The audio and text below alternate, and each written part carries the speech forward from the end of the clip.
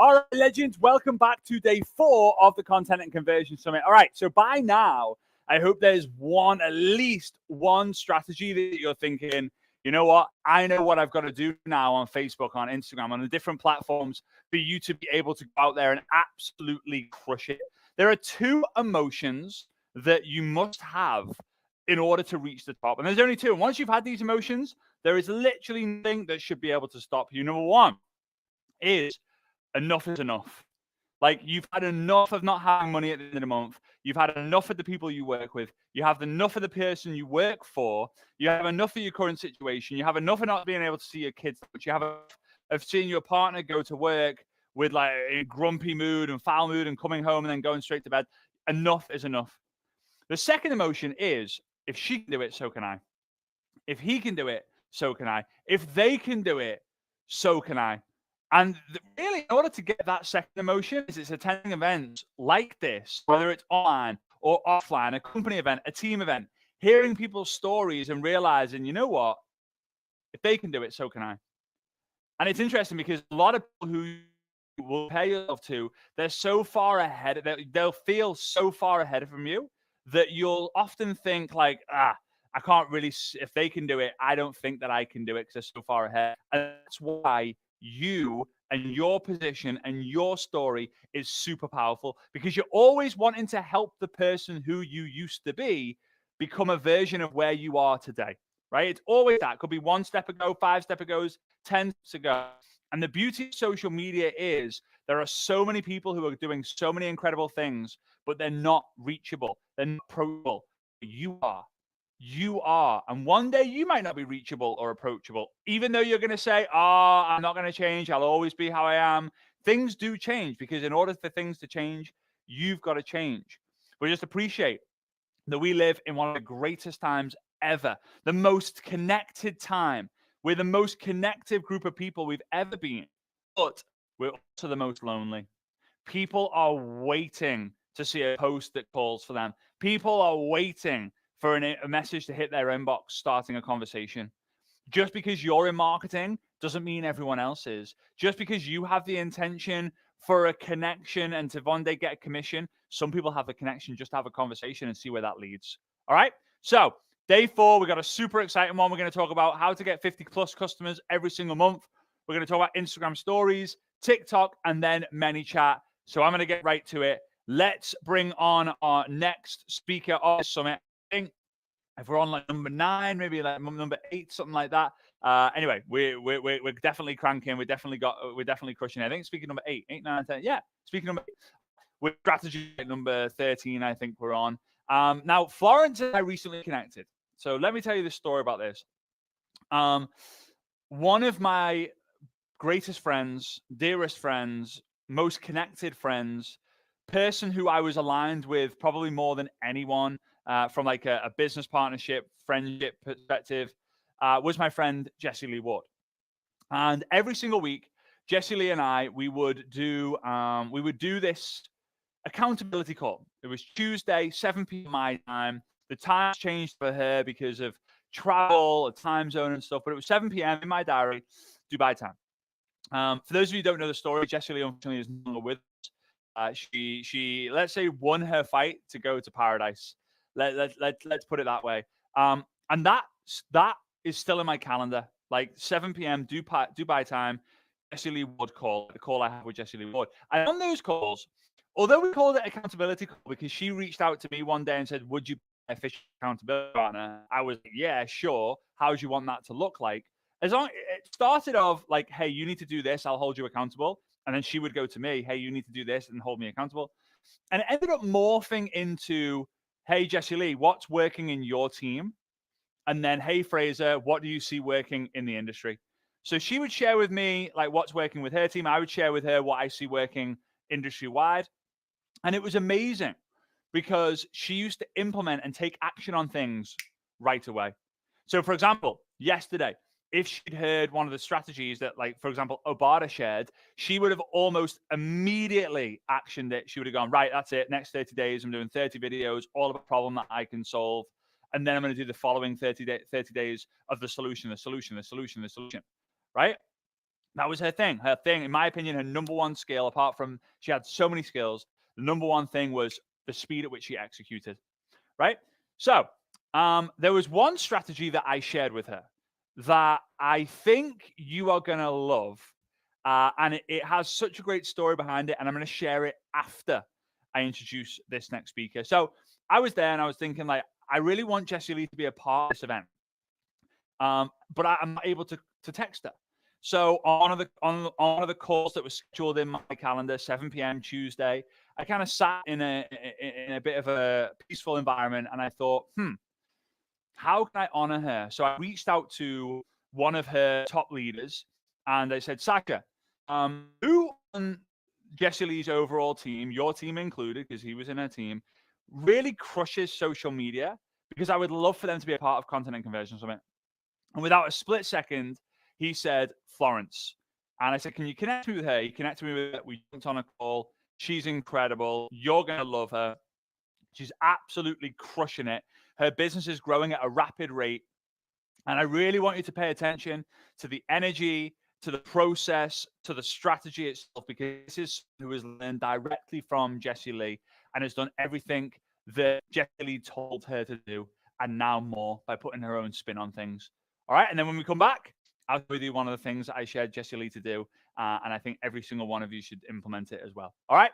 So let's go over to Germany, where we have this interview with Florence Kritzow.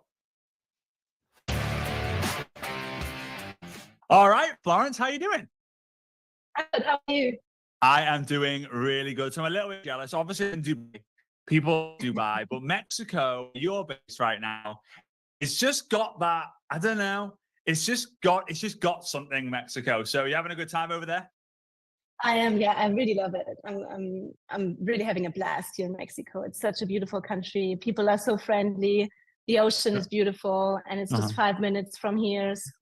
So I can go there whenever I want. Yeah, it's just, I'm having an amazing time.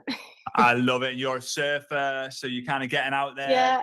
ride the waves and, feeling the air in your hair and all that fun stuff. How cool. Yeah. Sunrise, sunset on the ocean. It's beautiful. It's just the best thing. So when I was putting together this Content and Conversion Summit, obviously I have like 14, 15 spaces, and every year I ask Jessie Lee, right? I ask Jessie Lee, like, hey, who is crushing it on your team? And like, she would give me like a bunch of recommendations. She's like, I can give you like 15 if you want. I'm like, all right. So obviously, she's here in spirit, but I can't ask her. So I asked the next best person, which is Sasha. And Sasha was like, oh, there are some of the people on her American team, but I have one like who speaks really good English, and she freaking crushes it. And it's Florence. And I was like, okay, connect me. So we connected like a week or two ago, and now we're here speaking. And he was sharing. So I'm super, super grateful, first and foremost, that you're here and prepared to share. But he was sharing with me how you, over the last months or so, have been able to get 50 plus customers using Instagram. And you're not selling like a $3 item. You're not selling something for something that's got quite a substantial price to it.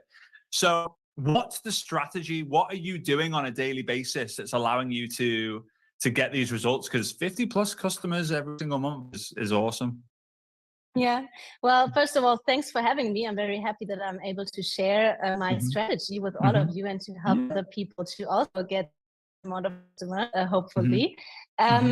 So for me, basically, it also, I mean, when I started with social media, I didn't get 50 customers in my first month. That's obvious, because I started from zero. I started from scratch. I had no idea how it worked. Like when I started with social media, I didn't even know what link in bio meant or how to record a story. So I really started from zero. I was the kind of person that was really afraid to talk to people, which is why in our industry, I had no other choice than to go with media, because I wanted to friends or family or whatsoever. Like I would not talk to strangers. I would go into a coffee shop to buy a coffee to see the time on the receipt instead of asking someone what time it is. Yeah, that kind of person I was. So now I obviously changed. I had this personality shift throughout the time. But back then it was the only choice. So it also starts when you take the decision you want to build on social media. that's when for me it starts. And then it really starts about, well, posting consistently, but especially to build a brand and to build a brand in a specific niche. Like you have to find a niche where you can provide value, a niche where you can solve the problem of people. When I started, I did it to solve my own problem, which was that I wanted to do the ketogenic diet, but I was a vegetarian. And I was like, okay, there's non-recipes out there in the world where you can get like a vegetarian keto meal. I do all with meat and fish and, I don't know, bacon. And I said, okay, I have to find a way to do like it in a vegetarian way. And I was basically the first one in my market to do it. So I just posted it because it was like, I was having fun creating recipes and everything. And yeah, people loved it. Like, it was a problem that lots of people had. So I solved the problem in the niche that I was in, keto vegetarian. And then I just started to put value out there every day. Like it's the consistency that helped me to build a brand, then helped me after a while, obviously. I was getting customers before, but this amount of customers just been like for the last 1.5 years, I would say. I've been in this industry for 3.5 years now, to get it every month, but just about being consistent with my content. And I've never stopped. Like I posted every day since I started. I have not skipped a day of not posting anything on social media, like a reel or a post, do the story. So that's for me probably the most important thing, what starts before that you have a niche that you stick to and that you start posting consistently, because this consistency then compounds and it makes you like grow, create a brand, people are getting aware of you, and then people want to buy from you because they trust you. So step one is establish like who you want to help. So like the kind of niche, like who you want to help and how you want to help them. The second one is then obviously identify what their pains, their problems are. So, and then the third thing is give value to help them, right? And you're doing that. And how do people find you on Instagram so they can kind of see it happening in real life? So it's Florence, and then it's like bottom underscore, yeah. Wow. World. Yeah, I don't know why it's called that. So it's Florence _ Keto World. All right, they can Florence find _ Keto World, and they can obviously go find you. Is it in German? Is all the content in German? It's in German, yeah. I'm mostly doing the German-speaking market. I started the French account, which is Florence _ Keto World _ FR for France, where I post recipes. So I'm gonna start there as well to do more, but the focus is on the German-speaking market, and that's also the account that I started with. And that has been growing like crazy since I started. And I recently experienced a big growth as well, because I had 2 reels that went viral. The first time after 3 years, but I had 2 viral reels that were like boosting my following. So obviously now I have a big leverage, and I'm on the best way to get even more customers and business partners. Yeah. And those reels were okay. Here's a question about those reels then. So you said you had 2 that gone viral, right? Yeah. When you created the reel, did you have a feeling you were like, these are going to do really well? Or was it the reels that you kind of least expect? Or was it like a reel where you're like, wow, that one went viral? Like, I wasn't expecting that. Yeah, so kind of both, because like those 2 went viral within the same week, which is like I had 2 reels in 1 week, which is like it never happened before to me, which is awesome. Like the first one, I mean, I was thinking about to post it because I was doing something about going sugar-free, and I was posting it on Christmas Eve, which obviously was the good move, because people were sitting there eating cake Christmas about how can I get sugar-free in January? Like, I want to change my body. And they were seeing this reel about the advantages of skipping sugar. And that's the first one. And then that I kind of thought maybe, but as it is, you never know. It's kind of the lottery. And that was just a random reel that I was posting. The second one, though, I had never expected it viral, because I was on my way back in the train from Paris to Munich. I was visiting my family in Paris. I have family in France. And I was there in the train, and I said, okay, I have to do a reel about the symptoms that you get when you first start to quit sugar, which can be really bad, like headaches, and you don't feel so well. Because people were asking for it under my first viral reel. And I was like, okay, I have to do something. But I could not really set up a big thing in the train. So I was just sitting there in the train, and we were riding, and I was holding my phone, and I was kind of just doing this. nodding all the time, and I was putting on some fancy music and some text. It was super short. I would never have expected that this one went viral, and it like even more views than the first one. And like those 2 reels, they gave me over 40,000 followers in like 2 months, which was like insane. What, you So the first 40,000 one, and 4,000 followers in this reels, yeah. Oh, and they've not left. Like I keep growing because of those reels. It's still going on. It was in December, so I still profit from that, which is awesome. And that's actually a strategy right there. So you were just kind of recording yourself, just like on the train, like da da da da da. And then what? Like every time you were doing this, was like there another like thing popping up, or was it just the text was on in front of your face? But not even rhythmic. Like usually I do like I kind of do reels where I point and then I put on the text. But I was just doing it really random, and I think it was just that. I mean, obviously, I put some thought into the topic. And it was just the topic that was really holding this reel, in my opinion, because I knew, okay, people will have to know the next obvious questions that people ask themselves. And so it was about the topic, because it was not even rhythmic or anything. I was just doing like a little bit, like, see, this is what happens when you do this. Yeah. So, yeah. But yeah, so I think it was mostly because of the topic and the time of the year that I was posting it, just before New Year's Eve, which is where people make their New Year's resolutions and they kind of want to change something. That's what pushed it through the roof. But another strategy that's really important is that, I mean, I kept posting reels all the time. I had phases where I posted 2 or 3 reels a day. So I really batched, I put out lots of content. And with reels, it's a little bit also sometimes like the lottery. You have to keep posting and then you get a lucky punch, or even 2. Like, but if you don't post consistently, you will never experience this lucky punch. So it's the consistency. Yeah. It's one thing as well. I want people who are listening to this who aren't English speaking as their like first language. I think you could all agree that Florence could probably speak in German and English and get away with it, and also French, right? You speak French as well, right? Yeah, and I'm learning Spanish right now. Yeah. And you're learning Spanish, which is okay. So stop it, stop it. Let us all. Sorry. Let us all catch up. I don't want to brag. I know. I don't want to brag, but I speak 3 languages, and yeah, I know. And Italian will probably come naturally, and like Mandarin will be on the list at some point, and maybe Taiwanese. Exactly. Right. So I want people to really understand that, like, she's focused on her mother tongue. She's focused on the market that she's building in and the language that she's most comfortable in. Right. Not going, oh, well, I want to build an international business, so I'll do English speaking. So because you have such a great opportunity in your language. If you're Latvian, do Latvian. If you're Lithuanian, do Lithuanian. If you're Russian, do Russian. If you're Swedish, you think, oh, well, it's only a small market.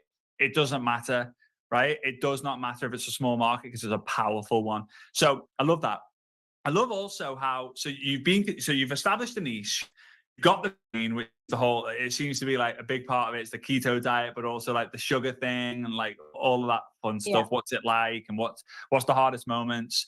And then you've just been very, very consistent talking about that problem a lot. Are you like talking about the problems that your target market has? Are you talking about the problem, or are you just simply like giving value? So, hey, here's what you need to eat if you go keto. Like, what sort of value are you giving? So it's kind of both. Like, I obviously mentioned the pain points, which I mostly do also in reels, because reels are made for gaining the attraction, like putting new people on. And you can only touch people by their pain points. I mean, if you offer the solution in the reel, they might not continue watching or follow you. So you really have to address the pain point with the person, because she will say, oh yeah, I have this problem. Oh my God, I have to do something because it's really, really bad. I will see what she's doing. And then I obviously provide solution as well. So I kind of give tips how to, for me, mostly my target group is people that want to lose weight, because the ketogenic diet, most people do it to lose weight, also in the German speaking market.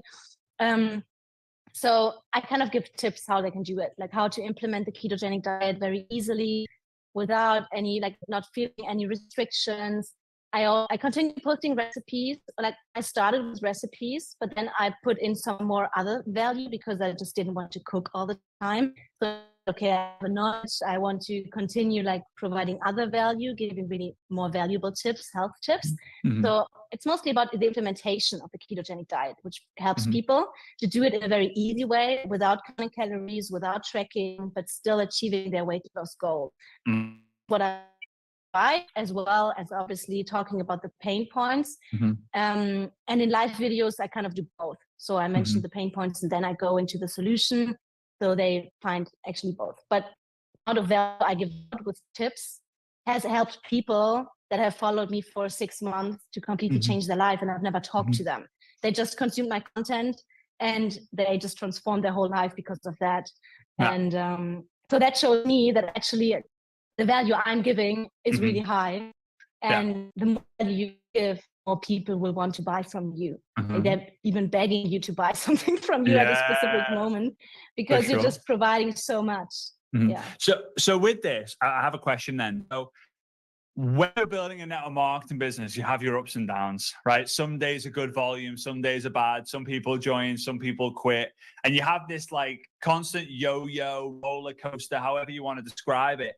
And it's hard. It's hard to deal with. Do you have the same sort of feeling with content creation? Do you quite like, I love providing value around this topic. I would probably create content about it anyway if I wasn't paid to do it. Maybe not as much, but I'm still like, do you feel that it's the same as building the business, or do you feel like it's more level? There's a bit more passion behind it, and how do you feel with that? So obviously, I'm very passionate about this topic. Like I can absorb everything. So I chose a topic that I will always continue learning about, and that I'm really passionate about. So this is why I have so much fun creating the content. Obviously, I have phases where I'm not motivated, where I'm like, oh, I have to do the live, or I have to do the reel, I have to post something. I really don't feel like it, but then I always remind myself how important it is, though, and how many people I can help with that, how I can serve people while doing this. And it will come back 10 times. That's what I've learned. Like, if you serve, it will come back to you 10 times. So that's then motivates. And I also have like some creative downs where I don't know what to post, which is when I like to also include the community, like the people that follow me, and just ask them what they're interested in my stories, make them give me suggestions for topics, and then I go live about it, because sometimes I don't have the idea, I talk about this thing all the time. But then when you have new followers coming in, it's fun to talk about the same topic, but just to new people. And that's actually one big takeaway and big secret, I would say, that you have to say the same things to new people all the time. You should not talk different things to the same audience, but reach new people, and that's how you will grow. Yeah, don't change the message, change the audience. I think it's funny, because a lot of people don't repeat content. They're like, oh, I've seen this before. No, they haven't. Just because you said it once doesn't mean everyone, even if you say it 10 times, people just won't know the answer. The number of times I've been on stage and shared something that I'm bored saying because I've said it 100 times over, and then people go, oh, you've been to this event 13 times where I've spoken. Like, how are you going? Because it's just amazing. One tip as well. They have to be more time. Right. I think one tip as well I can give people on this, and it's similar to what you just said there, is especially when you've got a niche and you're creating solid value on that niche, and start getting a load of new followers. It could be 5 followers, 10 followers, 100 followers a day, 1,000 followers a day, whatever the level is at the growth that it's at. There's nothing wrong with you reaching out to the followers one by one, voice note. Hey, Mary, thanks so much for following me here. Super excited to be connected with you. As you'll probably tell from my profile, I help people to get started with the ketogenic diet, for example, in yours. Is there any questions you have for me so I can help you? And again, like you mentioned, you can then go and create content based on what they say, and then share it to them and say, hey, I thought of you when I made this post. First of all, thank you. And second of all, I hope to answer some of your questions. And that is going to help you tremendously with the followers, because the goal is not just to get loads of followers. The goal is to get the followers who then stick around and share your content with their friends because they see you as a friend-tor, which is a friend plus mentor, friend-tor, right? And this is kind of what that's exactly what. That's doing. Yeah. I kind of reach out to every new follower that's coming, because also I convert I do my sales in the DMs. Like obviously I make I never post the product, or I talk about the product in the story sometimes, but I never post it significantly on Instagram, which I would never recommend to do. It's the most stupid thing you can do, in my opinion. So I talk to the people, I send them a welcome message, and they don't reply sometimes, but they kind of get to the problem. I give them some advice. They're really like, oh, you're talking to me? Oh my God, how cool is that? And then I kind of sell them. I do my sales in the DMs. That's how I basically sell the product, and I'll get customers. But I also then, when someone is telling me they have a specific problem or they have a suggestion for a content piece, when I do this, I mention the person in the post or in my story or in my live, and I just thank the person directly in the live. Hey, thanks for giving me the idea. And then I tag the person in my life, which is for them. She tagged me, this is kind of what I do to create the community. Because as you say, I mean, you can have 100,000 followers and no sales. We have people in the team that have even 5,000-6,000 followers and that get lots of customers a month as well, just because they have the community, they have the fan base.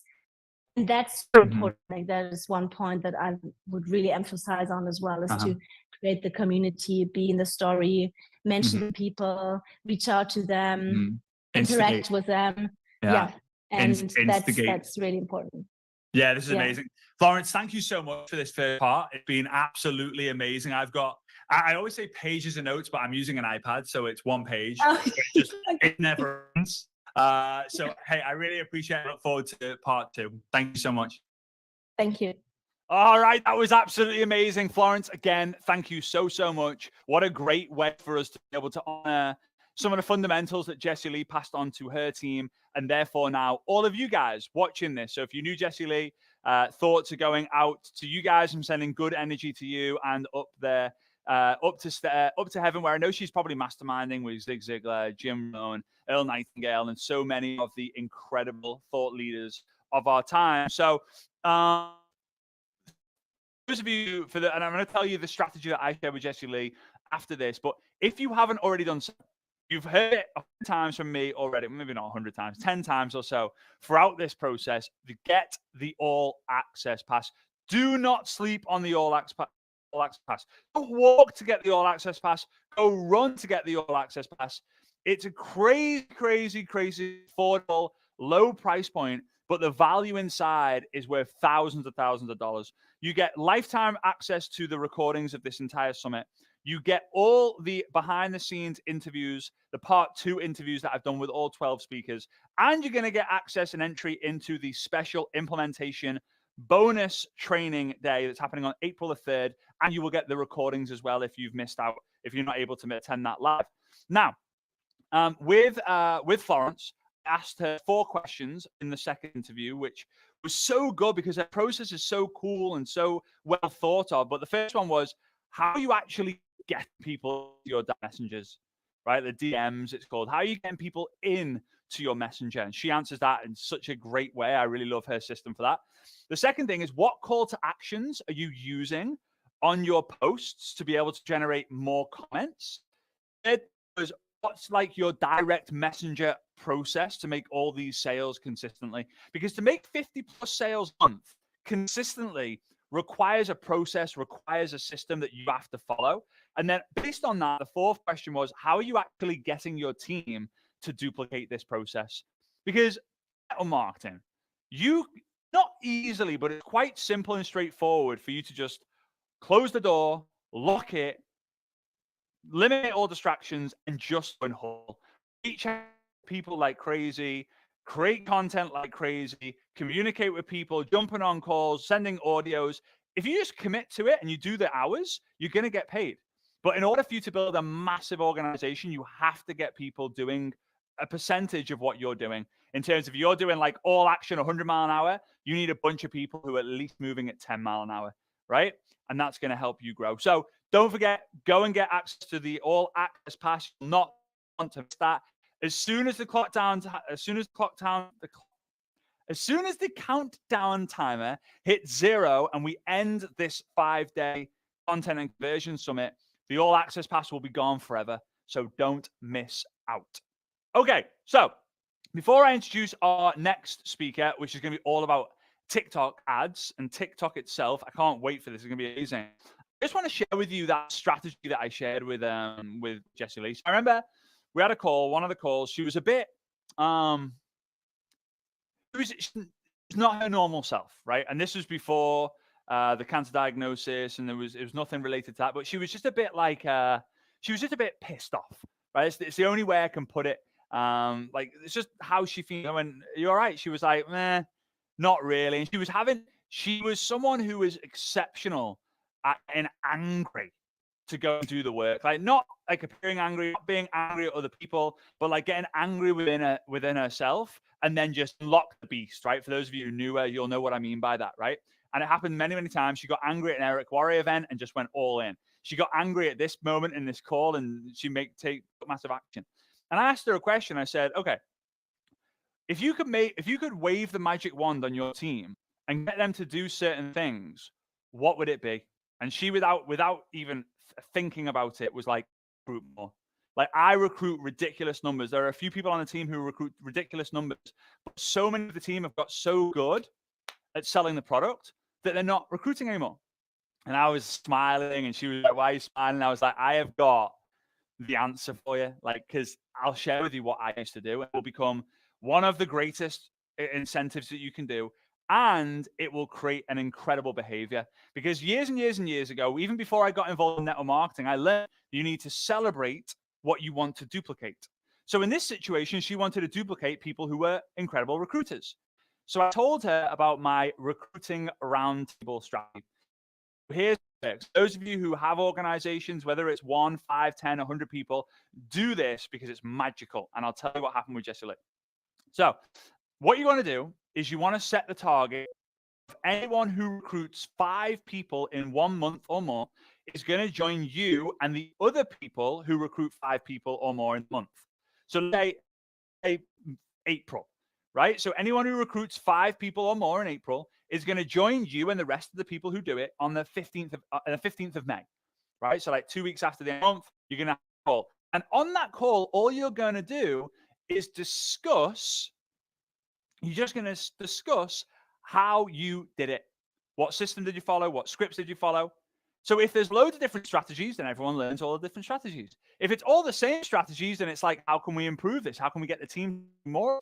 So either way, you win. So that's the strategy. It's very, very simple. So I passed this on to Jessie Lee, and Jessie was like, she's like doing this, right? She's like making notes. She's ahead to ask questions. She's like, no, I know the answer to the question. Boom, boom, boom, boom, boom. That day, it's implemented. The recruiting roundtable starts. And she starts texting saying, like, people are in. Right, this is actually crazy. And she had their first recruiting roundtable and the second one. And I think she did 3 before the company recognized and said to Jessie Lee, hey, what are you doing? Because the recruits in your team is up, like what's going on? And she told them and they said, can we do this from a company perspective? And the company actually brought the recruiting roundtable in, which makes me happy because I feel like I've impacted their entire organization and anyone who's been a part of it.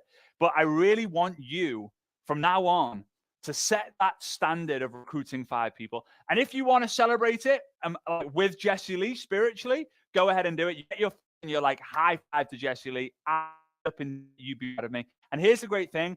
When you know that you can do it once, there's no reason why you can't do it again and again and again and again and again. Right? There might be months where you don't because you focus more on lead generation, and then the next month 5, next month 5, next month 7. Right? Until you get to a stage where each month you're getting 10, 10, 10, 10, 10, and your low months you're getting 5, 6, 7. Now, I wanted to make sure that this was something that because I did it myself. I passed it on to a few leaders, not too many, and it worked. Jessie Lee crushed. So I passed it on to my friend Antonio. Antonio is a Spanish leader, has a team all over the world, travels all over the place. He currently lives 7 floors above me in the same tower, renting here in a really nice 1-bed for a few months before he then goes traveling again and then finding more permanent place here in Dubai. And he said to me, he said, like, I want to get, I feel like my business is not stuck, but like I need to go take it to the next level. And I said, recruiting roundtable. I told him the same story I just told you. And he was like, wow, almost instantly. I told him on the golf course, and 2 hours after we'd finished the game of golf, he'd started it. And I'm not going to show you the name of it. It's not really fair. It is generic. This is him. Anyone who does the 5 recruits got this pin. And he launched it a month ago or so, and they had 30 plus people recruit 5 and more. And there were loads of people who missed out on 1 or 2. And everyone was freaking out. The people who have got the pins are button. There's Zoom call. He's doing 2 Zoom calls. So he does like one on the 10th and one on the 20th. So he's recognizing them like crazy. Because remember, guys, people love the commission, but they will literally break down in tears when they get recognized in front of their friends and their peers. Yes, you might get a commission that makes you cry and makes you emotional because you can't believe it. But the recognition from it is more important. I think I'll tell you a story. So one day, this professor went to go and see like a student who was an old student of his who went on to win loads of things, and like he was like a swimmer, right, professional swimmer, and he had like the whole of his like cabinet was just covered in gold trophies, gold medals, all sorts of stuff. And the professor went to the student and said, "You know what? I'm so proud of you. Like you used to come to me and ask all these questions in math class, and then you went on to be this swimmer. And like, look at all this gold. Have you ever thought about selling the gold or melting the gold down and having like a big chunk of money?" And he said, "I have the money, it'll come and go. But the recognition that I get from people coming into the house and seeing gold, gold, gold, gold, gold, gold, gold, gold, gold allows me to make multiple times more than I ever would from the actual gold itself." And it just my story to realize like the power of recognition. A gold trophy is not about the gold, it's about what it actually stands for, credibility that it gives you. To do everything for recognition. All right, so let's move into our next strategy. So the next speaker and me and I've actually became we're kind of friends recently, right? I was attending like a seminar, like a masterclass, and he was one of the speakers, and I'm like, whoa, I like her brain. Like the way she's thinking is good. Now, by this time in the process, you're probably overwhelmed, right? You feel like the fire hose is being put on, and you're like, whoa, so much to do. The moment, I just want you to take a deep breath. Hold it, breathe out, and hit the reset button. Just imagine that up to this point, you've learned nothing. And this is the first thing you're going to be hearing about this week. Because the strategy is so powerful for the person who wants it to work. But there are a lot of different steps. There are a lot of different things that you need to do that are potentially brand new that you've never done before. So you maybe go, whoa. But if you overcome that hurdle, the numbers are insane. Leads will come out from all areas. Social media platforms will grow as a result, and you will have created magic. So buckle up, hit that reset button, get your notes, get your notes, get your pen, and let's go over to the interview with my new friend, Lacey Barnes. All right, Lacey, how you doing? I'm doing great. You? Good to be here. I am doing amazing. So you are kind of creating like a new way of doing things in the network marketing space using TikTok, right? With TikTok ads. Correct. Yes. Me and my organization, we have figured out how to, kind of generate leads in a different way. So everyone watching this by now, I hope, knows that TikTok is killer, right? TikTok is crushing it. TikTok's an amazing place to get customers from. So you're running ads on TikTok and you're generating leads. Is that people commenting on the video and then you replying to them? Or is it more like they're going to a website, filling in a form? Like, how does that work? Yeah. So we do the creative, which is the ad, and then they fill out what's called a TikTok instant form. And then we actually use integrations, which all might sound confusing for people at first. It was very confusing for me, but we learned how to integrate the ad, which means we connect it through a couple different sites. One is called Zapier to an email campaign, Flowdesk. And so we actually don't need to communicate with them at all. They're going to be getting they're going to fill out the form. If they're a go-getter, they're going to get an email with a web class to a funnel. And then that will lead them to our platform to educate them. And that's pretty much the process. That's cool. So, okay. So I know people are going like, okay, there's Flowdesk and there's Zapier, Zaps, and all these fun things, which if you know Zapier, you'll be like, oh my God, it's the best thing ever. If you don't, you'll be like, oh, it's another thing to learn. Oh my God. And then like the form and the funnel and stuff. So for the new person out there who's like, I'm on TikTok, I'm creating videos, my friend and their dog seems to be going viral. I'm not, because I've missed the boat. Like, how many followers do you have on how many followers on TikTok do you currently have? I only have probably 3,500, and I really want to say that is from running ads. I do not touch TikTok, and I think that's one of the biggest selling points of this, that I don't go on TikTok ever unless it's to post my creative to then pretty much boost it as an ad, because I'm a busy mom. And the whole reason that, and I won't take credit for creating all my platform, I have members of the platform who are crushing TikTok ads, crushing Meta ads. So shout out to them. But we all pretty much created this and wanted this because we're busy moms. Yeah. We want freedom, we're willing to invest in that. So how old do you have? One kid? I have 2 kids. How old are they? There's a 3-year-old girl, Sophia, and a 1-year-old girl, Lillian. Ooh, hectic. I've got a 1-year-old, 14-month-old, and life is crazy. So yeah. I'm getting me some TikTok ads for this to like, chill. And when I've got my feet up and I'm on the beach, I'll be thinking of you because of the TikTok ad. So, all right. So again, for the people watching this, you don't have to have a huge following. I know it's going to be difficult for you to say maybe numbers, but how many customers, and the customer that spends money with you is not like $50. It's a significant. All right, let's go 2 numbers. If you're able to share, right? What's the average customer spend? Okay, so to invest with me, or like what would I spend on ads? Yeah. Like to invest in you. Like we're in high ticket sales. Yeah. So average, I would say 10 to 15,000. Usually when people come from TikTok, they're getting the biggest investment bundle because they're investing in a business, So probably like 15,000. And guys, for those of you who are thinking it's Japanese yen, because that's it's not. It's US dollars. It's US dollars, right? Not Canadian dollars, right? It's US. Correct. It's US dollars. Yeah. All right. So that's like, some of you guys could now get your hands underneath your jaw and lift it back so it's in place correctly. And again, it's a second number from the sales that have been made from TikTok. If you're a track, how many have you done, like, personally? Okay, personally, ooh. And how many sales? How much money?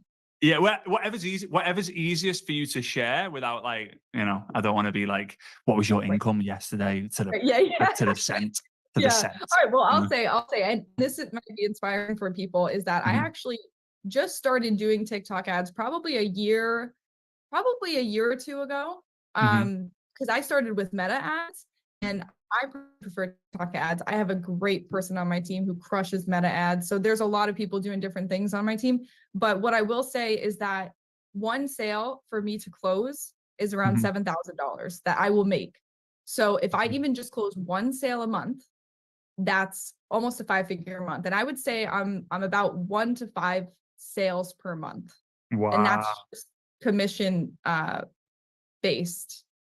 The most, usually my sales will come in, it'll take a couple months off and it'll come in all, a business in 1 month kind of thing. Because of the investment, people need to take some time to figure out, this is right for them, how to get the money, all of those things. So I'm in a waiting game sometimes, but it's really fun and it's exciting to help people start this type of automated business.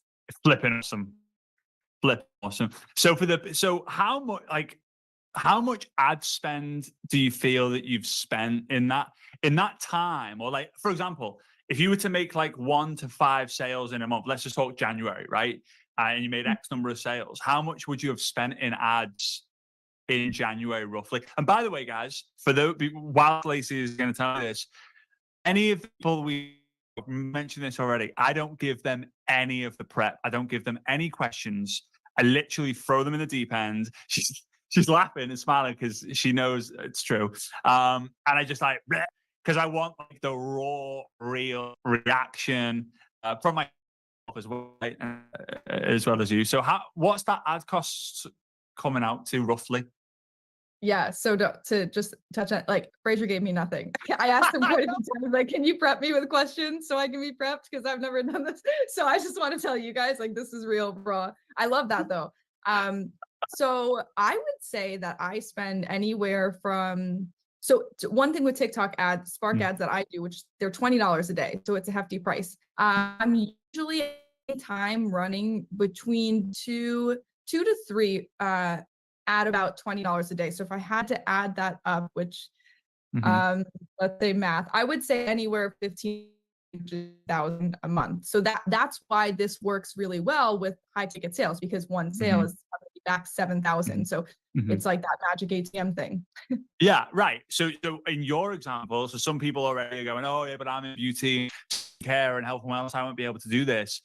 You need to know what your LTV is, your lifetime value. So for Lacey, she's high ticket sales, right? So she's spending X amount of dollars and she's getting X plus Y, right? She's getting X plus 5,000. Your business maybe is a little bit different for those of you watching. You have to understand that every person you bring into your team, how that works. It's not a fat commission. It's how much commission have I earned in total divided by the number of people I've personally recruited. That is your LTV. So go and find those two numbers and it will give you the magic number. And that's how much you know you're going to make eventually from that sale. If you don't know the numbers, don't run ads. All right. So it's the rule number one about running ads is no numbers. Okay. The second thing I've got here, and this is great, by the way. I love that you're sharing this with me. What do the team think when it comes to like, oh, do I have to duplicate that? Like, I don't know. Because a lot of people watching this right now, I know, because I would have thought it at first if I go back to, how do I set up ads? Like, where do I go? Where do I click? Like, I don't want to twerk in front of the fridge. Like, there's so many points. Like, do a lot of the team duplicate it, or do they start like warm market and then move into ads? Or like, how's that dynamic in the team? So the way that we have built our organization is we have everyone actually do ads. And we actually now is working more with Eric Worre, moving more towards the belly to belly stuff in the old school way of network marketing, which is fun. But for us, I actually have to shout out my team because they created a full 6-week business launch course on how to do this. If anyone's listening to this, I will your numbers. Don't do it if you can't duplicate it for your team. So simply film a couple videos, help them figure out how to do it. That's always, my experience is figure out how to do it myself and then film some videos. So we have a platform that our team will come to, they'll learn how to do it. We'll walk them through, hold their hand step by step. So that's not alone. We don't just throw them to the wolves because ads are definitely scary. And if you're not a technology literate person, like I don't see myself as someone who understands technology that well. I have figured it out. But so yeah, we will help them through the process. And I think that any good leader would help their team through the process like that, have a platform in place for them.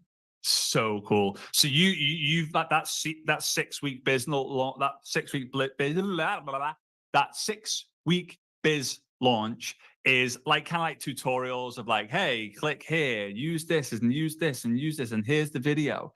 So the video itself, right? Because I guess like step one is get yourself a video. Well, step one is know the numbers. Step two is so you know that like if I'm going to spend $100, I can at least expect to make one sale or whatever, or no sales or whatever it might be. The video itself, is that like a typical TikTok video? Like, are you quite direct with business? Like 10 seconds? Is it like a minute and a half? Like, What's the sort of length of the video? Because I know a lot of people probably going, how long's the video? Like what needs to be in that video? Yeah, for sure. So the creatives, they change because you want to split test and you want to see different things. And one of my team members who built her entire business on ads, because I also built with an organic network as well from just a following I had previously from traveling and all of that. One of my team members who ran with ads, she created all of these like steps. And the original video that she did, her name's Marina. I have to shout her out because she's incredible. Shout out Marina. A simple, very simple video. Hey guys, I'm a stay-at-home mom. I'm starting a business. I wanted time, location, and financial freedom. And that's it. Like it was very simplified. And then just a couple of our team members took it over to TikTok because we started, like I said, on Meta. I actually started with Facebook ads and copywriting, like all of that when I first joined this business. Then, hey, let's get over to Instagram stories. And so we started doing Instagram stories. She blew up. I mean, she just hit 7 figures in her business. Insane. And then we took it over to TikTok. And so those simple Instagram story ads are just a picture of you and your family writing, whatever, a little bit of writing on it to TikTok. And now on TikTok, I'm exploring longer form videos, talking to the camera, replying to comments. I actually just posted one this morning, replying to a comment and seeing how that does as an ad. Memes are really good. So I'm just exploring now new forms of these creatives, which is fun to be able to actually, see what works and test it against one another. So, and that's what I love about here is once you know your numbers, messy action, and then obviously you're going to put 10 different variations, as you mentioned, memes, photos with text on top, replying to comments, talking heads on the camera, and you're moving around, something a bit dynamic, whatever it might be. Throw $20 a day on 10 of them, not saying it all at once, right? Because that's you guys are going $200 a day, what? Right? But like go and figure out, like, I've spent $200 on each ad. That one works the best.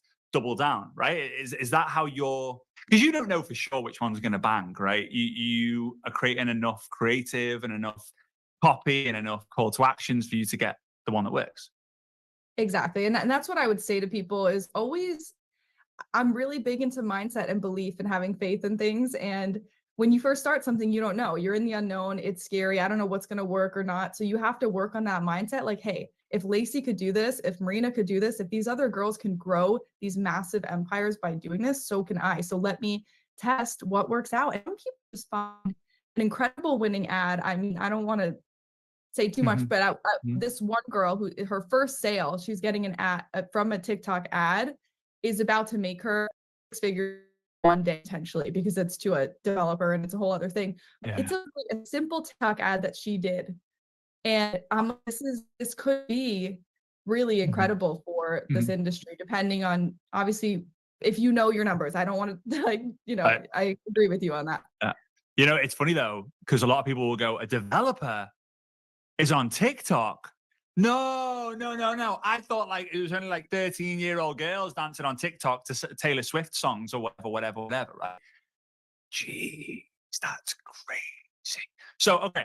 So they got to know the numbers. They've got to create like a video.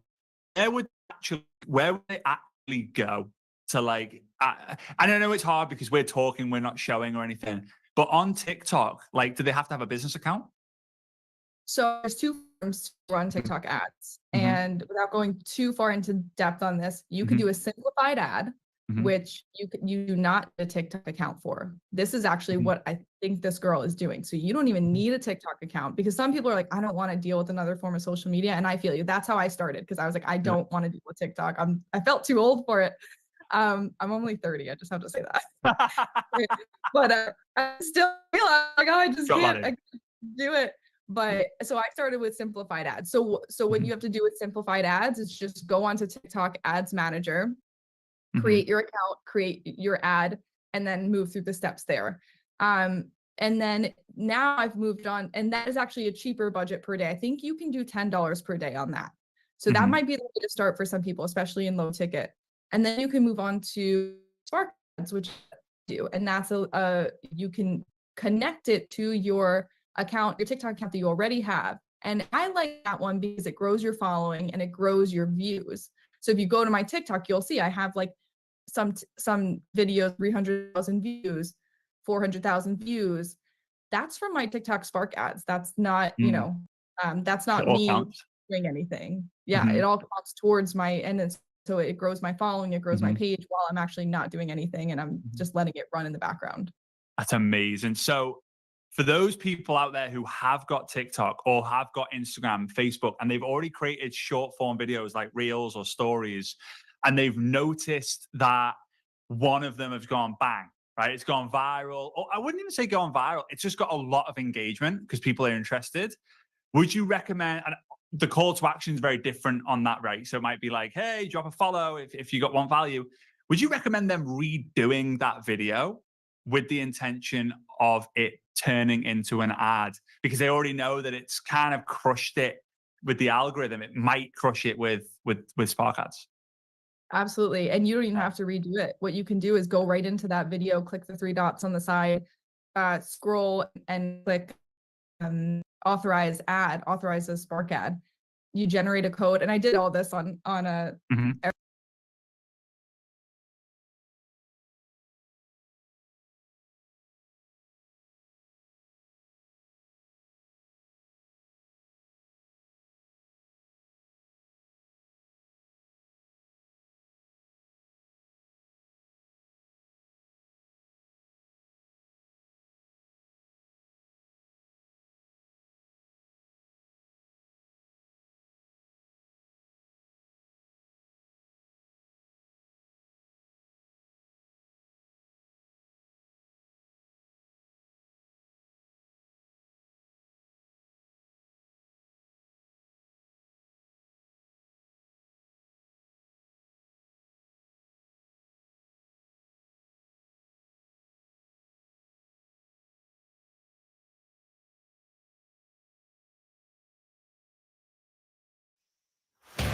in that video. Yeah, for sure. So the creatives, they change because you want to split test and you want to see different things. And one of my team members who built her entire business on ads, because I also built with an organic network as well from just a following I had previously from platform to educate them. And that's pretty much the process. That's so cool. So, okay. So I know a lot of people are going like, okay, there's Flowdesk and there's Zapier, Zaps, and all these fun things, which if you know Zapier, you'll be like, oh my God, it's the best thing ever. If you don't, you'll be like, oh, it's another thing to learn. Oh my God. And then like the form and the funnel and stuff. So for the new person out there who's like, I'm on TikTok, I'm creating videos, my other friend and their dog seems to be going viral. I'm not, because I've missed the boat. Like, how many followers do you have on how many followers on TikTok do you currently have? I only have probably 3,500, and I really want to say that is from running ads. I do not touch TikTok, and I think that's one of the biggest selling points of this is that I don't go on TikTok ever. It's my native to pretty much boost it as an ad because I'm a busy mom, and the whole reason that I won't credit creating on my platform. I have some members in my platform who are crushing TikTok ads, crushing Meta ads. So shout out to them. But we all pretty much created this and wanted this as busy moms. Yeah. We want the freedom, we're willing to invest in that. So how old do you have? One kid? I have 2 kids. How old are they? There's a 3-year-old girl, Sophia, and a 1-year-old, Julian. Hectic. I've got a 1-year-old, a 14-month-old, and life is crazy. So yeah, I'm getting me some TikTok ads for this to be able to kind of like, chill a little bit. And when I've got my feet up and I'm on the beach, I'll be thinking of you because of the TikTok ads. So, all right. So again, people watching this, you don't have to have a huge following. How different for you to maybe numbers or whatever. How many customers? And the customer that spends money with you is not like $50. It's a significant. All right, let's go 2 numbers. If you're able to share, right? What's the average customer spend? Okay, so to invest with me, or like what would I spend on ads? Yeah. Like to invest in you. Like we're in high ticket sales. Yeah. So average, I would say 10 to 15,000. Usually when people come from TikTok, they're getting the biggest investment bundle because they're investing in a business, Right. you know. So Right. probably like 15,000. And guys, for those of you who are thinking it's Japanese yen, because that's it's not, it's US dollars. It's US dollars, right? Canadian, right? It's US Correct. dollars. It's US dollars. Yeah. All right. So that's like, some of you guys can now get your hands underneath your jaw and lift it back in place correctly. And again, the second number from the sales that have been made from TikTok ads, if you're able to track that, how many have you done, like, personally? Okay. Personally, ooh. And how many sales or how much money? Yeah, whatever's easy, whatever's easiest for you to share without, like, you know, I don't want to be like, what was your income yesterday to the to the cent to the cent. All right. Well, I'll say, and this might be inspiring for people, is that I actually just started doing TikTok ads probably a year or two ago. Because I started with Meta ads, and I personally prefer TikTok ads. I have a great person on my team who crushes Meta ads. So there's a lot of people doing different things on my team. But what I will say is that one sale for me to close is around $7,000 that I will make. So if I even just close one sale a month, that's almost a 5-figure a month. And I would say I'm about 1 to 5 sales per month. And that's commission based. For the most, usually my sales will come in, it'll take a couple months off and then it'll come in all, you know, a bunch of business partners in 1 month kind of thing. Because of the investment, people need to take some time to figure out, you know, this is right for them, how to get the money, all of those things. So I'm in, you know, I'm in a waiting game sometimes, but it's really fun and it's exciting to help people start this type of automated business. Flipping awesome. So how much ad spend do you feel that you've spent in that time? Or, like, for example, if you were to make like 1 to 5 sales in a month, let's just talk January, right? And you made X number of sales, how much would you have spent in ads in January roughly? And by the way, guys, while Casey is going to tell us, any of the people we have, I've probably mentioned this already, I don't give them any of the prep. I don't give them any questions. I literally throw them in the deep end. She's looking, it's like, because she knows it's true. And I just like, because I want like the raw, real reaction from myself as well, right? And as well as you. So what's that ad cost coming out to roughly? Yeah, so to just touch on, like, Fraser gave me nothing. I asked him quite a few times, like, can you prep me with questions so I can be prepped? Because I've never done this. So I just want to tell you guys, like, this is real, bro. I love that though. So I would say that I spend anywhere from, so one thing with TikTok ads, Spark ads that I do, which they're $20 a day. So it's a hefty price. I'm usually at any time running between two to three at about $20 a day. So if I had to add that up, which let's say math, I would say anywhere from 1,500 to 2,000 a month. So that's why this works really well with high ticket sales, because one sale is back 7,000. So it's like that magic ATM thing. Yeah, right. So in your example, so some people already are going, oh yeah, but I'm in beauty and skincare and health and wellness, I won't be able to do this. You need to know what your LTV is, your lifetime value. So for Lacey, she's high ticket sales, right? So she's spending X amount of dollars and she's getting X plus Y, right? She's getting X plus 5,000. Your business maybe is a little bit different. For those of you watching, you have to understand that every person you bring into your team, how much that was, not just a fast start commission.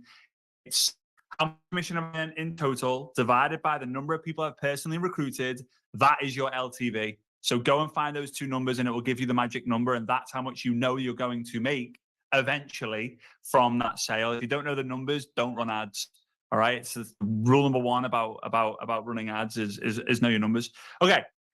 The second thing I've got here, and this is great, by the way. I love that you're sharing this with me. What do the team think when it comes to, like, oh, do I have to duplicate that?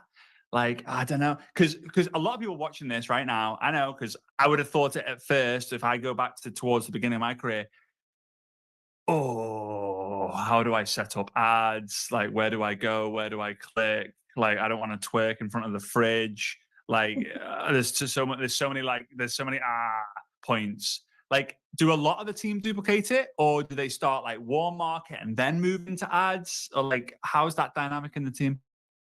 So the way that we have built our organization is we have everyone actually do ads, and we're actually moving now, since working more with Eric Worre, moving more towards the belly to belly stuff in the old school way of network marketing, which is fun. But for us, actually, shout out my team because they created a full 6-week business launch course on how to do this. If anyone's listening to this, I would want you to know that exactly what Fraser said. Don't do it if you don't know your numbers. Don't do it if you can't duplicate it for your team. So simply film a couple videos, help them figure out how to do it. That's always, my experience is figure out how to do it myself and then film some videos. So we have a platform that our team will come to learn how to do it. We'll walk through whole hand step by step so that they're not alone. We don't throw to the wolves because ads are definitely scary. And if you're not a technology literate person, like I don't see myself as someone who understands technology that well. I have figured it out. But so yeah, we will help them through the process. And I think that any good leader would help their team through the process like that, have a platform in place for them. So cool. So you've got that 6-week business, that 6-week that 6-week biz launch is like kind of like tutorials of like, hey, click here, use this and use this and use this, and here's the video. So the video itself, right? Because I guess like step one is get yourself a video. Well, step one is know the numbers. Step two is so you know that like if I'm going to spend $100, I can at least to make one sale or whatever, or no sales or whatever it might be. The video itself, is that like a typical TikTok video? Like you direct with the business? Is it like 10 seconds? Is it like a minute and a half? Like what's the sort of length of the video? Because I know a lot of people are probably going, how long's the video? Like what needs to be in that video? Yeah, for sure. So the creatives, they change because you want to split test and you want to see different things. And one of my team members who built her entire business on ads, because I also built with an organic network as well from just a following I had previously from traveling and all of that. One of my team members who ran with ads, she created all of these like steps. And the original video that she did, her name's Marina. I have to shout her out because she's incredible. Shout out Marina. A simple, very simple video. Hey guys, I'm a stay-at-home mom. I'm starting a business. I wanted time, location, and financial freedom. And that's it. Like it was very simplified. And then just a couple of our team members took it over to TikTok because we started, like I said, on Meta. I actually started with Facebook ads and copywriting, like all of that when I first joined this business. And then Marina was like, hey, let's take it over to Instagram stories. And so we started doing Instagram stories. She blew up. I mean, she just hit 7 figures in her business. We took her to TikTok. And so simple Instagram story ads are just picture of you and your family writing, whatever, a little bit of writing on it over to TikTok. And then now on TikTok, I'm exploring longer form videos, talking to the camera, replying comments. I actually just posted one this morning, replying to a comment and seeing how that does as an ad. Memes are really good. So I'm just exploring now new forms of these creatives, which is fun to be able to actually, see what works and test it against one another. So that's what I love about here is once you know your numbers, messy action. Obviously, you're going to put 10 different variations, as you mentioned, memes, photos with on top, replying to comments, talking heads, someone else hold the camera and you're moving around, something a bit dynamic, whatever it might be. Throw $20 a day on 10 of them, not saying it all at once, right? Because some of you guys are going, $200 a day, what? Right? But like go and figure out, like, I've spent $200 on each ad. That one works the best. Double down, right? Is that how you're, because you don't know for sure which one's going to bang, right? You are creating enough creative and enough copy and enough call to actions for you to get the one that works. Exactly. And that's what I would say to people is always, I'm really big in mindset and belief and having faith in things. And when first something, you're unknown, it's scary. I don't know what's going to work or not. So you have to work on that mindset. Like, hey, if Lacey could do this, if Marina could do this, if these other girls can grow these massive empires by doing this, so can I. So let me test what works out. And some people just find an incredible winning ad. I mean, I don't want to say too much, but this one girl who her first sale, she's getting an ad from a TikTok ad, is about to make her 6 figures in one day potentially, because it's to a developer and it's a whole other thing. But it's literally a simple TikTok ad that she did. And I'm like, this could be really incredible for this industry, depending on, obviously, if you know your numbers. I don't want to, like, you know, I agree with you on that. You know, it's funny though, because a lot of people will go, a developer on TikTok? No. I thought like it was only like 13-year-old girls dancing on TikTok to Taylor Swift songs or whatever, right? Gee, it's crazy. So, okay. So they got to know the numbers. They've got to create like a video. Where would they actually go to, like, I don't know, it's hard because we're talking, we're not showing or anything, but on TikTok, like, do they have to have a business account? So there's two forms to run TikTok ads. And without going too far into depth on this, you can do a simplified ad, which you do not need a TikTok account for. This is actually what I think this girl is doing. So you don't even need a TikTok account, because some people are like, I don't want to deal with another form of social media. And I feel you. That's how I started, because I was like, I don't want to deal with TikTok. I felt too old for it. I'm only 30, so I'm just but I did still feel, I was like, oh, I just can't do it. But so I started with simplified ads. So what you have to do with simplified ads, just go onto TikTok Ads Manager, create your account, create your ad, and then move through the steps there. And then now I've moved on, and that is actually a cheaper budget per day. I think you can do $10 per day on that. So that might be the way to start for some people, especially in low ticket. And then you can move on to Spark Ads, which is what I do. And that's you can connect it to your account, your TikTok account that you already have. And I like that one because it grows your following and it grows your views. If you go to TikTok, you'll see I have like some videos with 300,000 views, 400,000 views.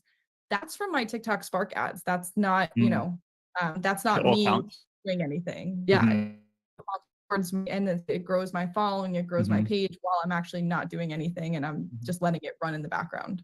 That's amazing. So for those people out there who have got TikTok or have got Instagram, Facebook, and they've already created short form videos like Reels or Stories, and they've noticed that one of them has gone bang, right? It's gone viral. Or I wouldn't even say gone viral. It's just got a lot of engagement because people are interested.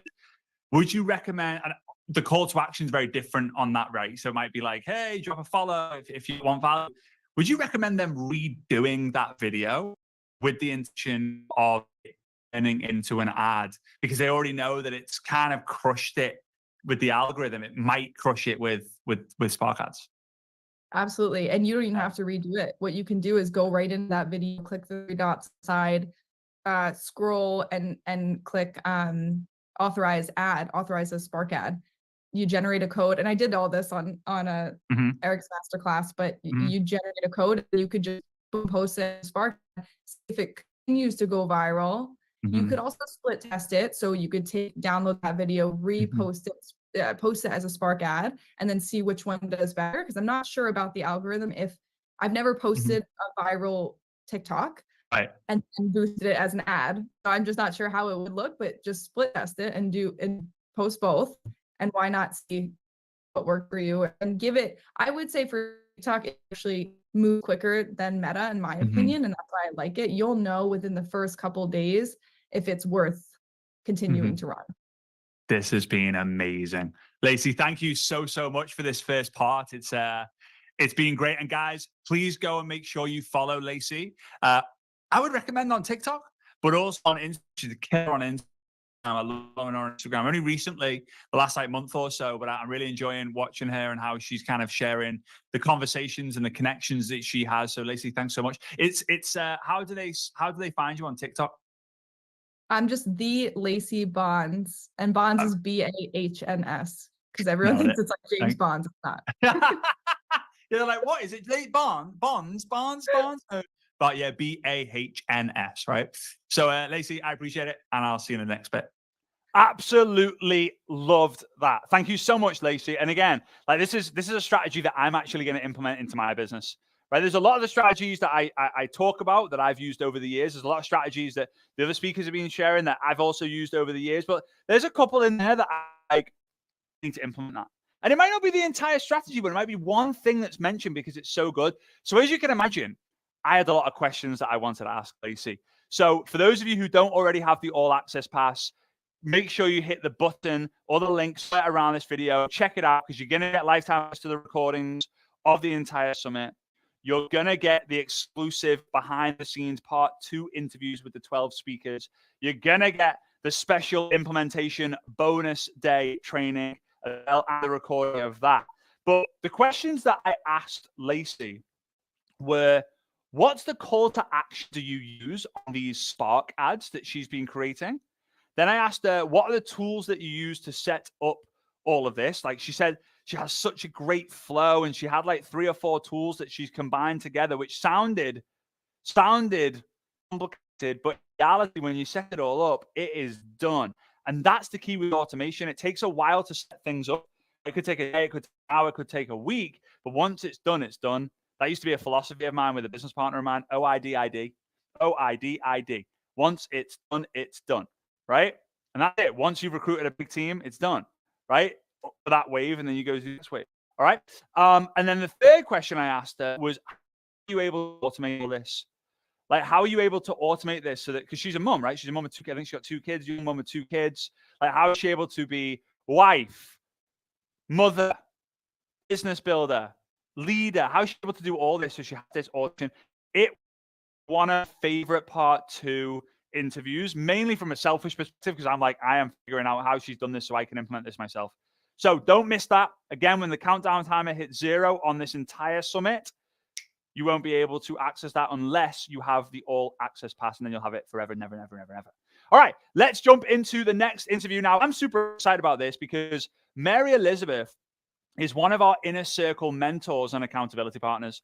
So she joined the Inner Circle a couple of years or so ago, implemented a lot of the stuff that she learned, and because of the way her brain works, we made a decision to bring her on the team to help people like get unstuck with ManyChat and also boards. Some of you guys know how to use the app or the idea of the tool boards. So anyone in the Inner Circle who wants to understand ManyChat or wants to create a boards for them and their team, they can literally go onto their phone.